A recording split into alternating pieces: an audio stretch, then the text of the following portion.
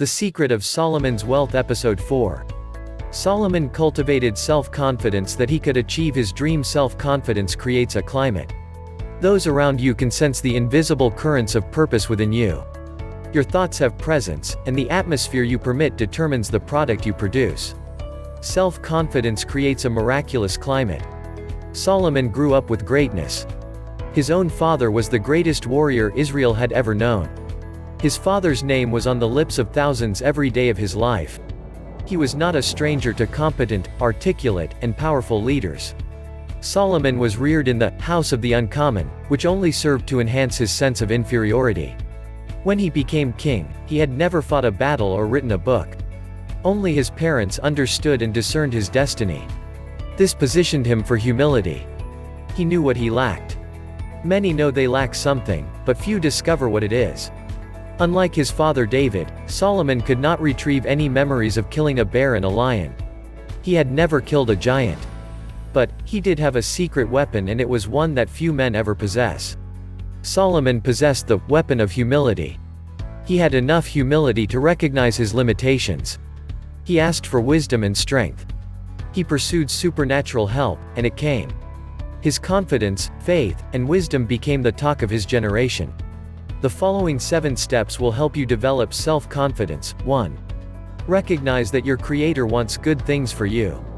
James chapter 1 verse 17 says, "Every good gift and every perfect gift is from above, and cometh down from the Father of lights, with whom is no variableness, neither shadow of turning." 2. Make certain that your dream is not contrary to the laws of God or man. Your conscience must be at peace for your greatest ideas to emerge.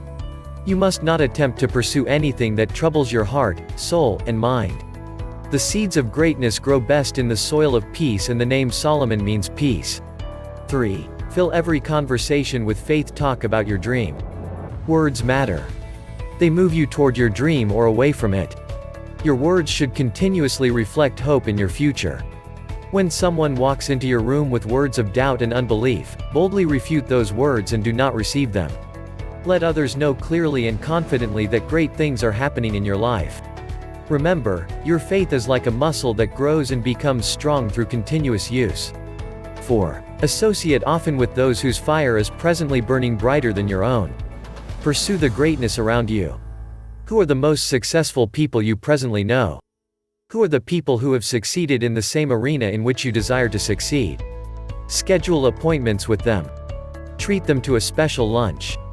Interrogate, interview, and receive the information they have. Don't feel obligated to tell them all of your plans.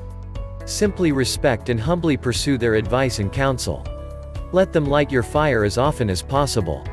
5. Remember that your own dream is a special seed you are sowing into the hearts of others. Sometimes, they are excited and thrilled with you. However, there will be times when those closest to you are not ready to receive. A farmer knows his field requires preparation before he plants his seed. Likewise, the minds and hearts of those you love may require preparation as well. Be patient. 6. Remember that your dream may intimidate those close to you and make them feel uncomfortable. It is important to understand that your dream is yours alone. Others do not feel what you feel, see what you see, or know what you know. How can they understand your joy when they have not lived with your sorrow? Yes, those closest to you may misread you or even misjudge you because they feel uncomfortable. You are forcing them to respond to your dream, and your enthusiasm may be intimidating. Perhaps they are unstretched. You are excited about success, while they are hoping only to survive. Several years ago, I got involved with a great organization. The young man I signed into the marketing plan was ecstatic. He caught the vision. It was a proven company, where thousands had already done well, and he could hardly wait to get home and tell his family. So, a few days later, I decided to call him and see how he was doing. "I'm anxious to see you at the meeting tomorrow," I said enthusiastically. I don't think I'll be able to come," he said with discouragement in his voice. "Of course, you will," I countered. "No, I talked to my family about my dream and goals. They laughed at me. They really don't believe this can happen." His hopes were dashed because he shared his dream with those who were incapable of appreciating it.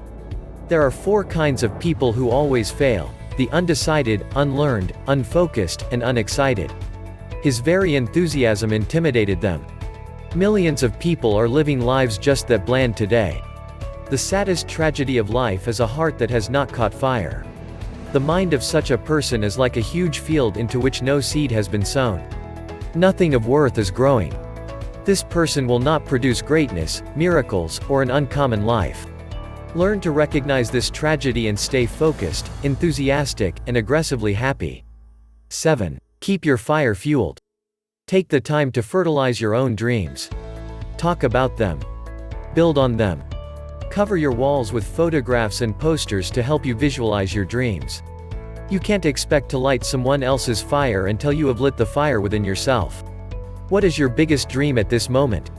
Are you willing to devote all your time and attention to it? Are you willing to create a plan that will make it happen? You see, the most wonderful thing that can happen to a dream is a specific plan of action. Solomon knew that planning always produces self-confidence. It is one of the golden secrets that helped him become the richest man who ever lived. If you enjoyed this video, please subscribe. Thank you.